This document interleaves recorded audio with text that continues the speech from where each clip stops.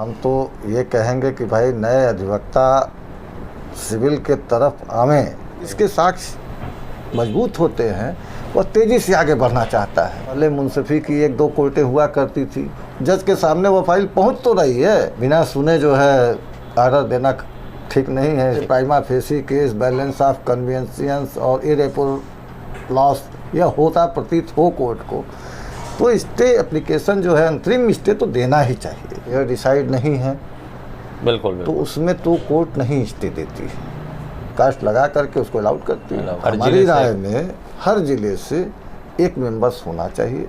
कुछ बच्चे ऐसे हैं कि किसी तरह से ला ग्रेजुएट किए, उनके लिए 18-20 हज़ार रुपये बहुत मायने रखता है।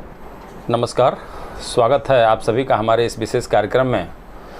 दर्शकों, जीवन में जिस भी क्षेत्र में व्यक्ति कार्य में लगा होता है, उस क्षेत्र में उसे अथक परिश्रम और सक्रियता के साथ लगना पड़ता है।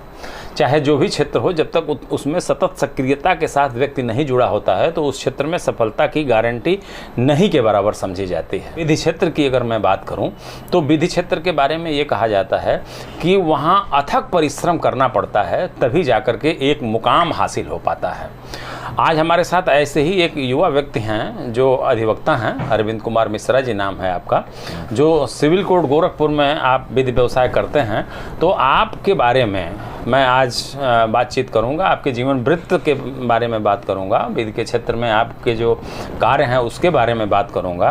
तो मिश्रा जी, सबसे पहले हम आपका अपने कार्यक्रम में स्वागत करते हैं। जैसा कि मैंने बताया आपका नाम, मैं आपसे ये जानना चाहूँगा कि आपके माता पिता का क्या नाम है और आपका जो जन्म स्थान है वो कहाँ है, उसके बारे में ज़रा हमारे दर्शकों को बताइए। हमारे माता पिता का नाम जो है, पिताजी हमारे रेलवे में कार्यरत थे, राम सबुज मिश्रा जी उनका नाम था, और 2010 में वह उनकी मृत्यु हो गई। और माता जी का नाम हमारे श्रीमती सुशीला देवी रहा, उनकी भी डेथ 2005 में हो गई। अच्छा। हमारा जन्म स्थान जो है लखनऊ है। उस समय हमारे पिताजी रेलवे में पोस्टेड थे लखनऊ में ही, और बादशाह नगर वहाँ एक है जगह, वहाँ पे ही हमारा अच्छा, बादशाह नगर रेलवे कॉलोनी में आपका जन्म हुआ था। वो फातिमा हॉस्पिटल है वहाँ पे। हाँ। वहीं हमारा जन्म। मेरा मूल गांव बेलहर कला है। अच्छा, पहले जिला बस्ती था, अब संत कबीर नगर हो गया। आपकी माता जी गृहिणी थी? हाँ। अच्छा, तो आपकी जो प्रारंभिक शिक्षा हुई वो कहाँ से शुरू हुई थी? हमारी प्रारंभिक शिक्षा जो है, पिताजी जो है ट्रांसफ़र हुआ लखनऊ से, हम लोग चले गए बिहार में, समस्तीपुर एक जगह है। हाँ। और समस्तीपुर में सेंट मैरीज स्कूल था, वहाँ 1 से 5th तक हमारी पढ़ाई वहीं हुई, सेंट मैरीज स्कूल में। अच्छा, समस्तीपुर। हाँ, उस समय हम लोग की प्रिंसिपल मिस फिलोमिना हुआ करती थी, बड़ी स्ट्रिक्ट। अच्छा। बर्फ और चूरन वाले गेट पर नहीं लगा सकते थे। अच्छा। हाँ, वो जो बच्चों के लिए। तो कक्षा 5 तक आप समस्तीपुर में पढ़े? 5th तक वहाँ पढ़े, फिर अच्छा। 6 से यहाँ आ गए, यानी गोरखपुर जी। अच्छा। फिर ट्रांसफ़र पापा का गोरखपुर हो गया, तो फिर यहाँ यानी रेलवे सीनियर सेकेंडरी में हमारी फिर 6 के बाद की पढ़ाई हुई, इंटर तक। अच्छा। फिर इंटर पास आउट हुए हम 87 में। अच्छा। और फिर हम BSc किए बायोलॉजी से। बायो हमारा था ये बॉटनी, जूलॉजी और केमिस्ट्री। अच्छा। या सेंट एंड्रू डिग्री कॉलेज से। अच्छा, 87 से 90 में हम पास आउट हुए वहाँ से।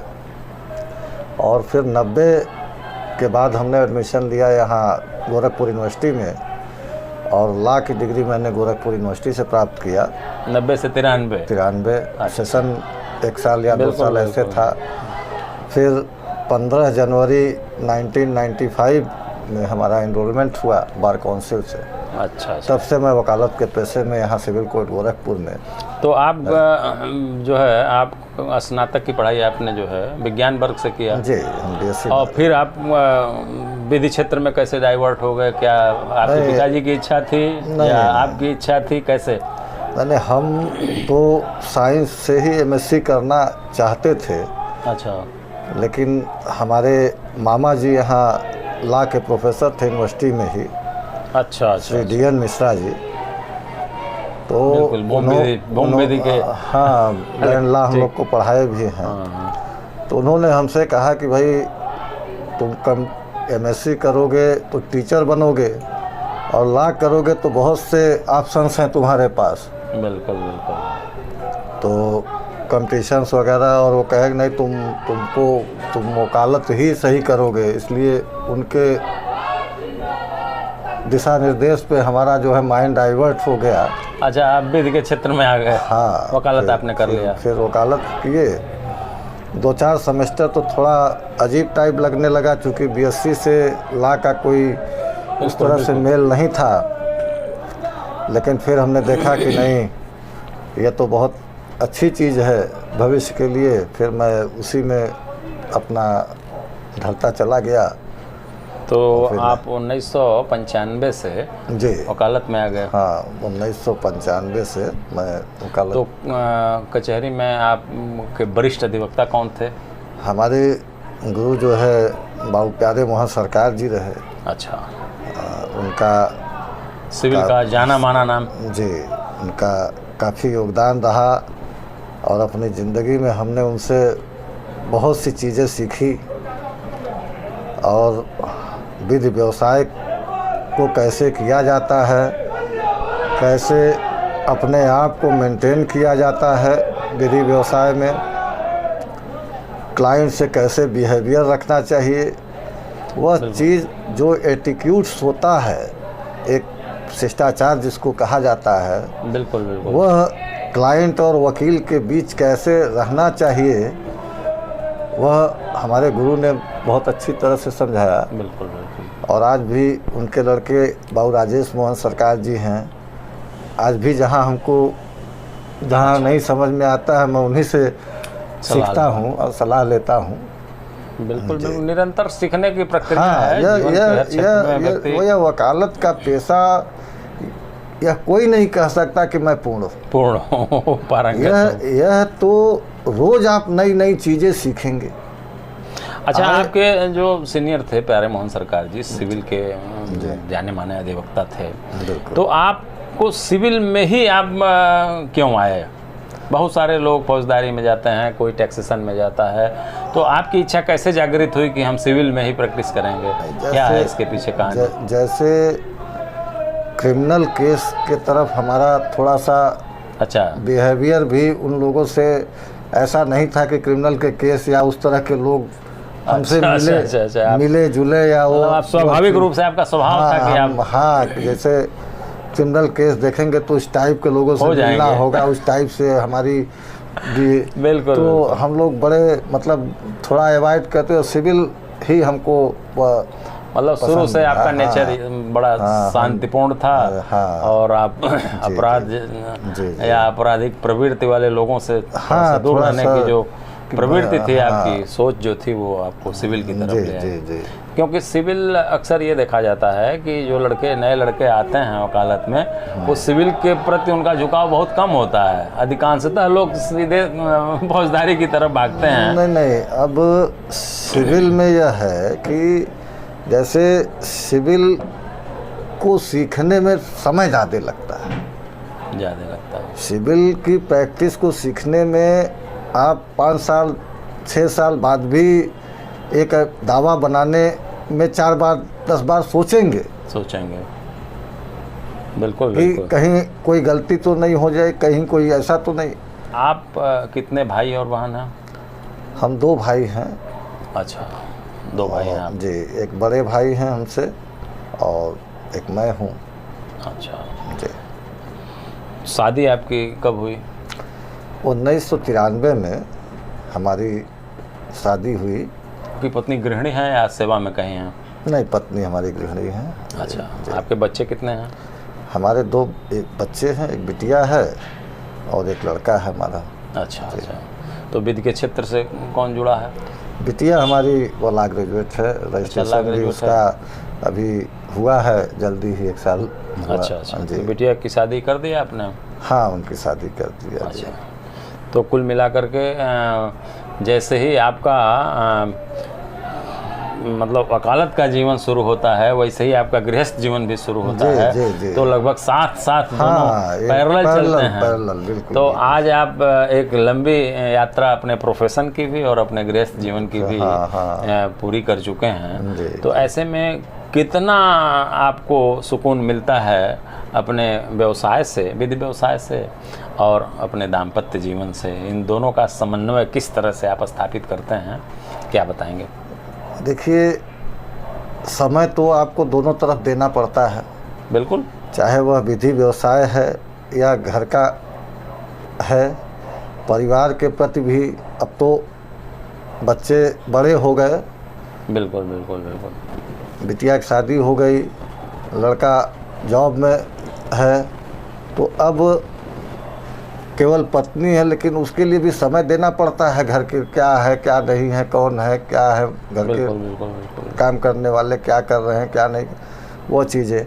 और विधि व्यवसाय में भी हर केस, कौन कौन से केस कल लगे हैं, कल परसों कौन से लगे हैं, किस में कौन से ऑब्जेक्शंस बनने हैं, किस में क्या करना है, वह एक माइंड सेटअप होना चाहिए। यह नहीं कि शाम को आए, फाइल रख दिए, कल फिर पहुंच गए। अक्सर माना यह जाता है कि दीवानी की प्रक्रिया बड़ी दुरूह होती है, इसमें आने के बाद विवाद का निस्तारण होने में वर्षों वर्ष लग जाते हैं। तो आखिर कौन सी प्रक्रियाएं हैं जो इसे दुरूह बनाती हैं, क्या कहेंगे? देखिए, ऐसा है कि वह तो वक्त लगता है। मुकदमों में आप दीवानी का मुकदमा करते हैं, दावा दाखिल किए, फिर सम्मन जाएगा, कामिला होता है, उसी में अपोजिट पार्टी आती है, वो अपने जवाबदेही देती है। अब उसमें जिसके केस, जिसके साक्ष्य कमज़ोर होते हैं, वह डिले करना लगता है। हाँ बिल्कुल। कभी वकील साहब की तबीयत ख़राब है तो कभी अपनी तबीयत ख़राब कर लेगा, कभी कुछ कर लेगा, कभी कोई ना कोई बहाने से वह लिंगर ऑन करना चाहता है। और जिसके साक्ष्य मजबूत होते हैं वह तेज़ी से आगे बढ़ना चाहता है। बिल्कुल बिल्कुल। तो दोनों तरफ, जैसे मान लीजिए कि होता आप है, जो है लेकिन अगर... अब हाई कोर्ट ने कुछ ऐसे जजमेंट जो देते हैं कि अर्लियर डिस्पोजल के लिए इतने दिन में डिस्पोज कर दो, कोई एडजमेंट ना इसमें देने पाए, तो उन सबों से अब कुछ जज लोग उस पर काफ़ी तेज़ी से काम कर रहे हैं। अच्छा। अब मुकदमों में, अब देखिए हमारे यहाँ दीवानी कचहरी में पहले मुंसफी की 1-2 कोर्टें हुआ करती थी, एक के पास अब 8-9 कोर्टें हो गई। फाइलें सब जगह जगह ट्रांसफ़र हो रहे हैं। बिल्कुल बिल्कुल बिल्कुल। हर जजेस सुन रहा है। भाई, कम से कम हमारी फाइल तो जज के टेबल तक पहुंच रही है। यह सबसे बड़ी हमारी उपलब्धि है। बिल्कुल। पहले क्या होता था कि मुंसिफ सिटी के यहाँ 500 फाइलें लग गई। अब वह 500 फाइलों में से 25 फाइल भी टेकअप करना बहुत चीज़ें हैं, बाकी में डेटा पढ़नी है। बिल्कुल बिल्कुल। अब तो कम से कम कुछ शॉर्ट तो हुआ ही, और शॉर्ट होने की वजह से हम लोगों को यह सबसे बड़ी खुशी होती है कि जज के सामने वो फाइल पहुंच तो रही है, क्या कार्रवाई होनी है नहीं होनी है वह जज देख तो रहा है, कौन भाग रहा है कौन नहीं भाग रहा है, वो एक साइकोलॉजी उसके भी दिमाग में बनती है।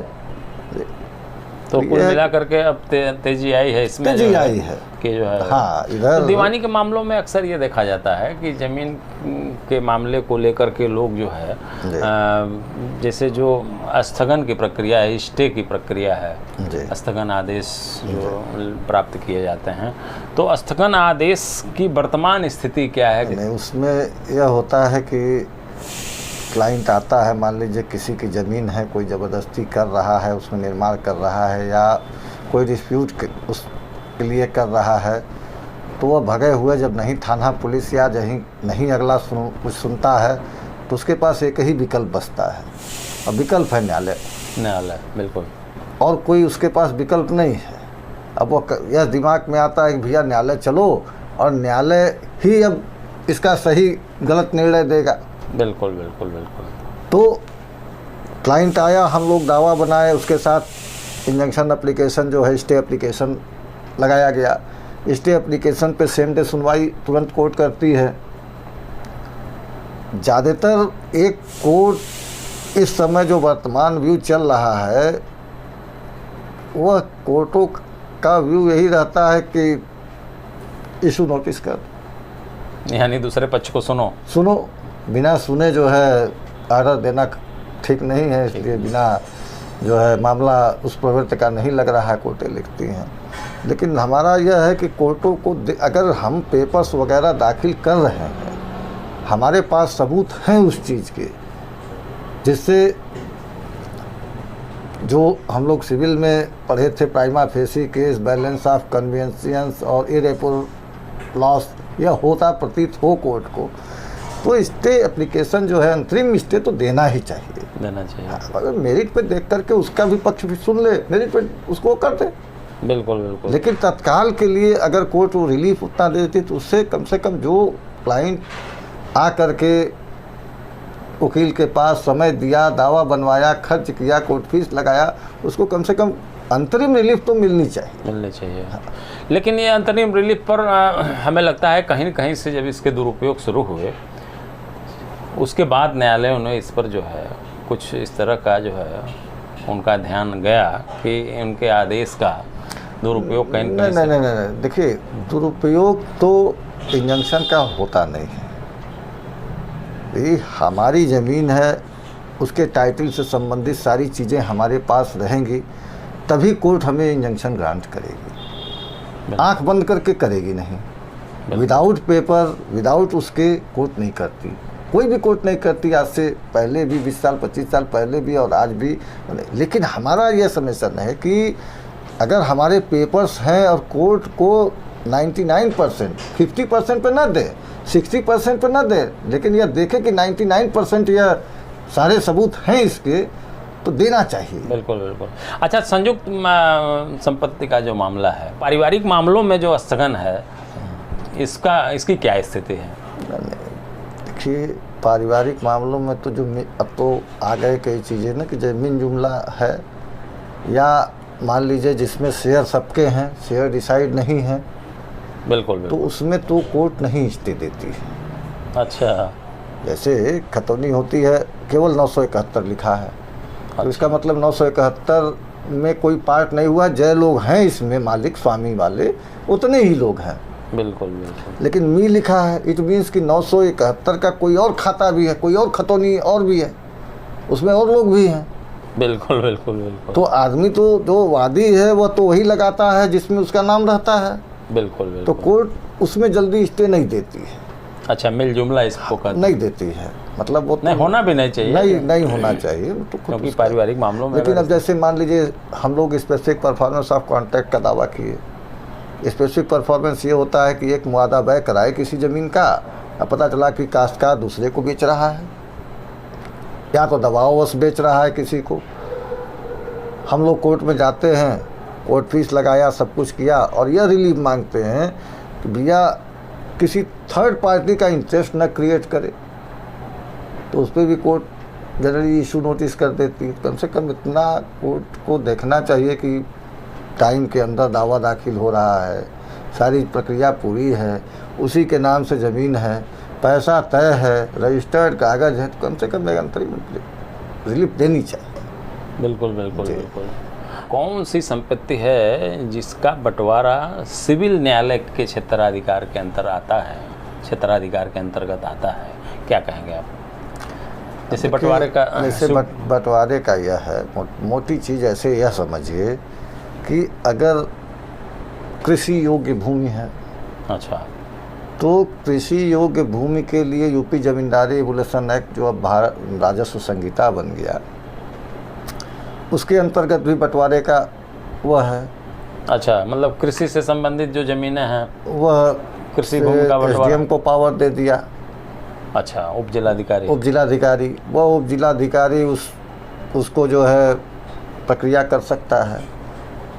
हमारे यहाँ सिविल कोर्ट में जो ज़मीनें आबादी की हैं, ड्वेलिंग हाउस है, मकान है, सहन है, नगर निगम सीमा क्षेत्र के अंतर्गत की ज़मीनों का है, अच्छा, जो आवासीय पर्पज से हैं, उन सबों का हमारे यहाँ सिविल कोर्ट होकर। तो जैसे मान लीजिए कि अगर कोई कृषि योग्य भूमि है, जैसे खेत है, सड़क पर खेत है, वहाँ लोगों ने मकान बना लिया, और उस मकान के अगर बंटवारे की बात आती है तो क्या वो भी आबादी नहीं, तो सिविल कोर्ट देख लीजिए। अच्छा, वो सिविल कोर्ट। आबादी वर्ड जहाँ आएगा, वह आबादी वर्ड आते ही आप सिविल में आ गए।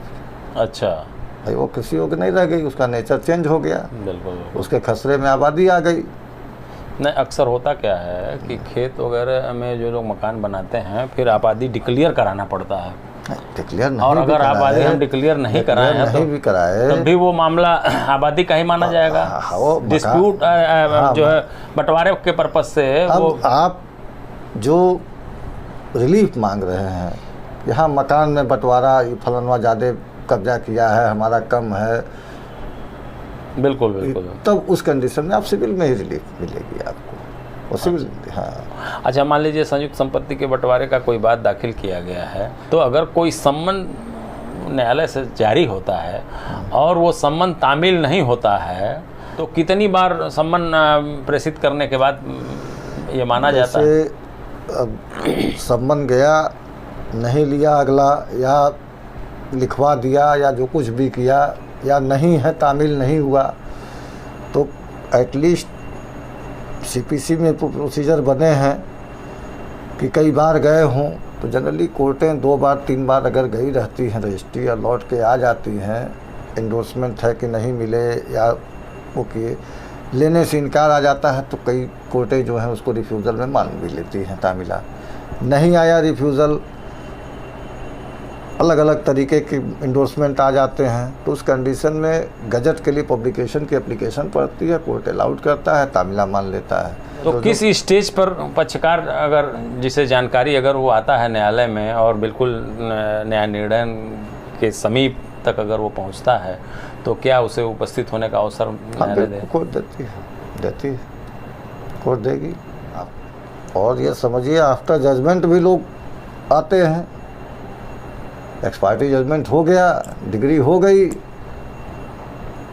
अब एक्सपार्टी डिग्री को मनसूख कराने के लिए फाइलिंग होती है, मूल फाइल तलब होती है, अगला उपस्थिति मांगता है, फिर जवाबदेही कोर्ट अगले से मांगती है। बिल्कुल। एक कास्ट लगा करके कोर्ट उसको जो है एक पनिशमेंट की 500, 1000 कुछ कास्ट लगा करके उसको अलाउड करती है। अच्छा, अगर किसी मामले में कोई विवाद चल रहा हो, जैसे मान लीजिए कि अगर किसी परिवार में 5 लोग हैं जी, उसमें वसीयत से अगर कोई डिस्प्यूट उत्पन्न होता है, मान लीजिए 5 भाई हैं, एक भाई को वसीयत से उसका नाम खारिज कर दिया गया है, खतौनी में उसका नाम गायब है, और वो वसीयत को चैलेंज करता है और मामला विचाराधीन है, न्यायालय में है, सिविल कोर्ट में है, तो ऐसी स्थिति में 4 लोग अगर मिल के चाहें कि हम प्रॉपर्टी का बंटवारा कर लें, तो कहाँ तक उन्हें सफलता मिल सकती है? अब देखिए, वसीयत है विल, अब अगर किसी पिता ने या किसी व्यक्ति ने, मान लीजिए एक व्यक्ति है, उस 5 लड़के हैं, 3 ही को वसीयत किया, 2 को नहीं किया, 4 को किया, 1 को नहीं किया, अब वह एक व्यथित है। बिल्कुल बिल्कुल। अब जब वह एक उस वसीयत की मनसूखी का दावा करेगा, उसके पास और कोई तो विकल्प है नहीं, अब वह कैंसिलेशन ऑफ विल डीड के अंतर्गत मुकदमा करेगा। अब उस विल के वर्जन को, विल की ऑथेंटिसिटी कितनी है, इस चीज़ को सब कोर्ट क्वेरी करती है। अगर सकारात्मक दृष्टिकोण से हम इसको देखें तो तमाम सारे मामलों को बचाए रखने का एक माध्यम भी है दीवानी मामला। नहीं, देखिए, अब जैसे आपने एक लिंगारावन या उसकी बात कही, बिल्कुल कही जाती है ना, जो जैसे सामान्यतः, तो देखिए, मुकदमे की पैरवी सबसे बड़ी चीज़ होती है। वादी मुकदमा दावा दाखिल कर देने से वो तेजी से नहीं चलने लगेगा। आप उस मुकदमे की पैरवी हर तारीख को कर रहे हैं, भली बात की नहीं कर रहे हैं, यह बहुत मायने रखता है। ये नहीं दावा कर दिए, पैरवी के लिए कोर्ट ने समय दिया, आप पैरवी नहीं किए, 4 तारीख गुजर गया, पैरवी में वादी अभी तक पैरवी नहीं करे, कोर्ट को बताना पड़ता है भैया इसमें पैरवी करो, इसमें पैरवी करो। आप उस हर डेट की कार्रवाई की प्रोसीडिंग आगे बढ़ाते रहिए, तो मुकदमा ऑटोमेटिकली आपके बहुत तेज़ी से चलेंगे। 2 साल 3 साल पहुँचते पहुँचते आप साक्ष्य के स्टेज पे आ जाएंगे, गवाही के स्टेज पे आ जाएंगे, बहस के स्टेज पे आ जाएंगे। बिल्कुल बिल्कुल बिल्कुल। और काउंसिल ऑफ उत्तर प्रदेश पर अगर मैं केंद्रित होकर के मैं आपसे सवाल करूं कि जैसे 1961 में इन्फोर्समेंट हुआ एडवोकेट्स एक्ट जी, 1960 में जब वो बन के तैयार हुआ तो उस समय उत्तर प्रदेश में बार काउंसिल के सदस्यों की संख्या का निर्धारण 25 सदस्यों की संख्या निर्धारित की गई। जी, हमें लगता है कि उस समय पूरे प्रदेश में जिले भी वही रहे होंगे 25, 30, 35 और अधिवक्ताओं की संख्या हमें लगता है कि 1 लाख में रही होगी कि नहीं रही होगी, ये भी हमें लगता है कि मतलब 1 लाख के आसपास ही रही होगी या उससे कम रही होगी। जी, तो उस समय अधिवक्ताओं को के नियमन के लिए एक संविद बॉडी की व्यवस्था की गई, संविद संस्था है। जी, आज 75 जिले हो गए हैं उत्तर प्रदेश में और अधिवक्ताओं की संख्या लगभग 4 लाख के आसपास हो रही है। बिल्कुल। तो ऐसी स्थिति में मैं एक सवाल हमेशा सबसे पूछता हूँ कि क्या अब जो 25 सदस्य हैं वो कितने प्रासंगिक रह गए हैं? इन सदस्यों की संख्या बढ़नी चाहिए, हर जिले से एक सदस्य निर्वाचित होकर के जाए ताकि अधिवक्ताओं के हितों के बारे में वो जनपद स्तर पर ठीक ढंग से वहाँ नियमन कर सके, कोई नियम बना सके, संविध बना सके। बिल्कुल सही बात है।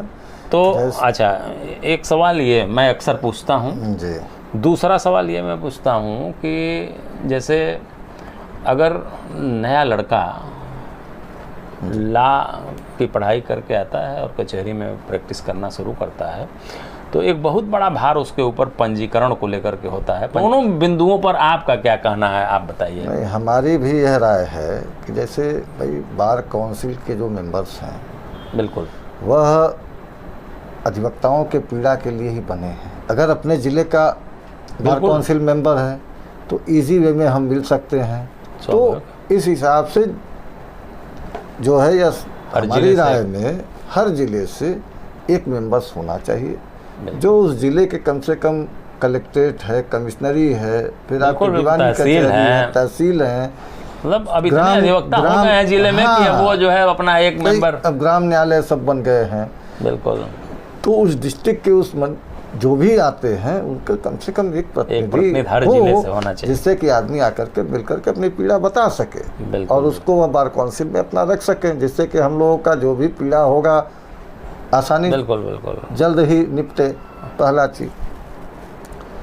दूसरा चीज़ जो आपने बार काउंसिल में रजिस्ट्रेशन के लिए शुल्क की बात की, तो भाई इसके लिए तो मैं भी बिल्कुल विरुद्ध हूँ कि भाई उसको भाई मान लीजिए जो कुछ बच्चे ऐसे हैं कि किसी तरह से लॉ ग्रेजुएट किए, उनके लिए 18-20 हज़ार रुपये बहुत मायने रखता है, बहुत मायने रखता है। बिल्कुल।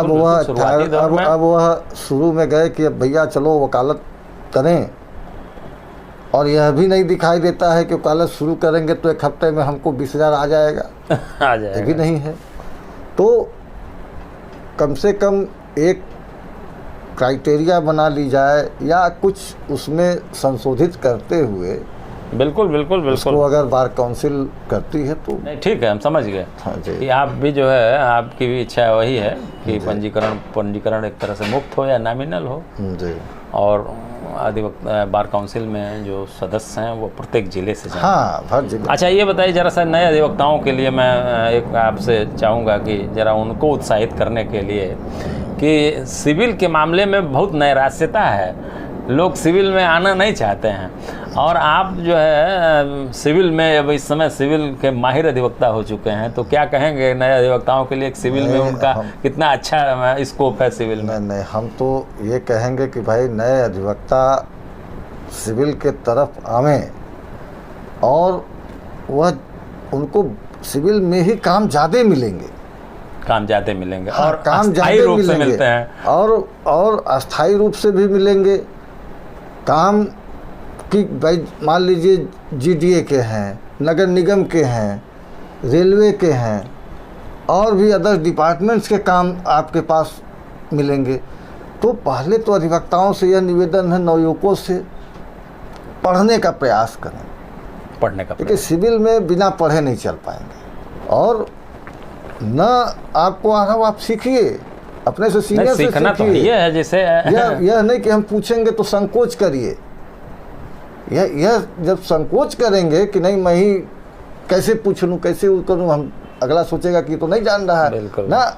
मतलब संकोच नहीं ना, होना ना, चाहिए। संकोच नहीं होना इसीलिए चाहिए। चाणक्य ने हाँ। कहा है ना, चाणक्य ने एक जगह लिखा सीखने है में कोई कि संकोच नहीं। चाणक्य ने एक जगह लिखा है कि 3-4 चीजें ऐसी हैं जहां आदमी निर्लज्ज होता है तो वो सुखी माना जाता है। तो उसमें आया है हाँ। कि धन धान प्रयोगेषु विद्या संग्रहणे यथा आहारे व्यवहारे च त्यक्त लज्जा सुखी भवेत। यानी आहारे व्यवहारे च धन धान प्रयोगेषु, यानी धन के लेन देन में जी बिल्कुल एकदम आप निष्पक्ष रहिए। जरा सा भी अगर उसमें संकोच किए, तो गड़बड़ा शर्म किए तो फिर गड़बड़ हो गया। कि धन धान प्रयोगेषु विद्या संग्रहणे यथा, विद्या के संग्रहण में, विद्या जब ग्रहण करते हैं आप उसमें तो अगर टीचर कुछ पढ़ा रहा है और आपको समझ में नहीं आया तो खड़े होइए और तुरंत पूछ लीजिए, यानी उसमें निर्लज्ज होइए। बिल्कुल बिल्कुल। और आहारे व्यवहारे च, भूख लगी हो तो शर्माइए मत। पता चला आप ससुराल गए, आपसे पूछा गया कि भूख लगी और आप शर्म से कह दिए कि नहीं नहीं नहीं भूख नहीं लगी है, तो रात भर फिर दांत बजाइए।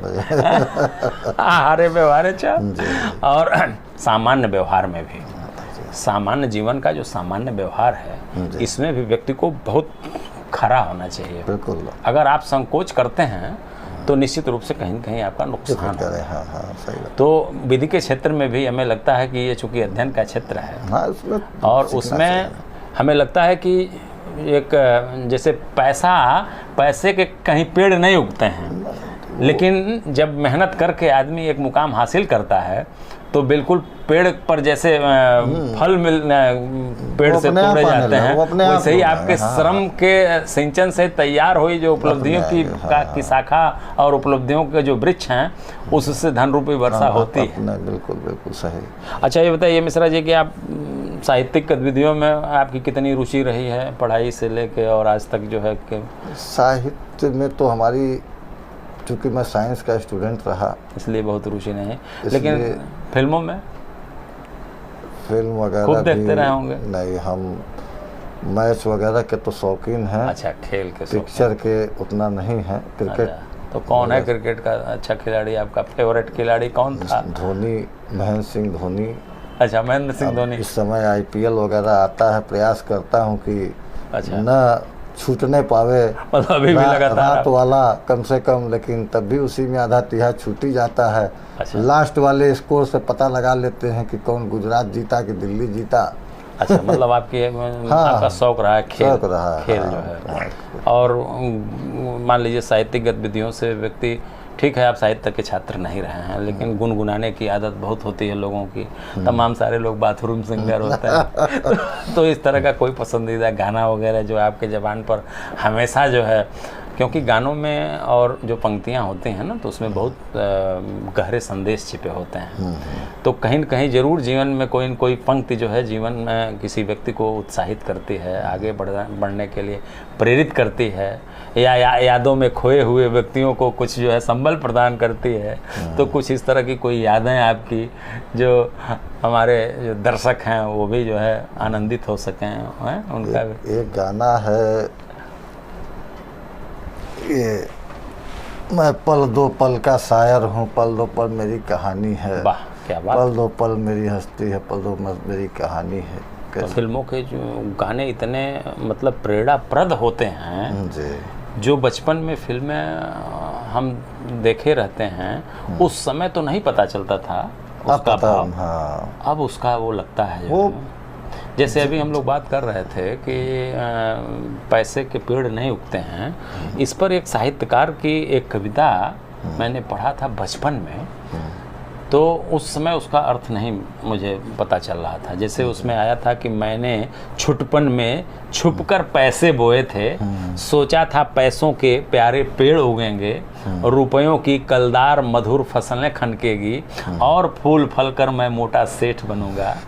पर बंजर धरती में एक न अंकुर फूटा, बंध्या मिट्टी ने न एक भी पैसा उगला, सपने जाने कहाँ खो गए धूल हो गए, मैं हताश हो बाट जो हता रहा दिनों तक, बाल कल्पना के अपलक पावड़े बिछाकर, मैं अबोध था मैंने गलत बीज बोए थे, ममता को रोपा था तृष्णा को सींचा था, अर्ध सती हराती बीत गई है तब से, ग्रीष्म तपे बरसा झूली सर्दें मुस्काई, सी कर हेमंत कपे तरु झरे खिले वन। इस तरह के ये मार्मिक जो है, ये जो गाने हैं ना, तो इससे ये प्रेरणा मिलती है कि वास्तव में जो है हमको सच्चे दाने बोने हैं। अगर खेत में मैं पैसा बीज के रूप में डालता हूँ तो वो उसके पेड़ नहीं उगेंगे, हमको अच्छे सच्चे दाने बोने हैं। उसी तरह से कि विधि व्यवसाय के क्षेत्र में हमारा जो श्रम है, हमारी जो मेहनत है, जो लगन है, वो पौष्टिक, ये उस जो है पैसे का वृक्ष है। ये पैसे की वृक्ष बना करके एक समय आता है कि जब हमारे पास तमाम पैसे ही पैसे होते हैं और हमें किसी चीज़ की कमी नहीं होती है। तो बड़ा अच्छा लगा मिश्रा जी, बहुत दिनों से आपका मैं कार्यक्रम लेना चाह रहा था और आज वो अवसर आया और आपने अपना अमूल्य समय निकाला और हमसे बात किया ताकि हमारे दर्शक उसको सुन सकें। इसके लिए आपको बहुत बहुत धन्यवाद।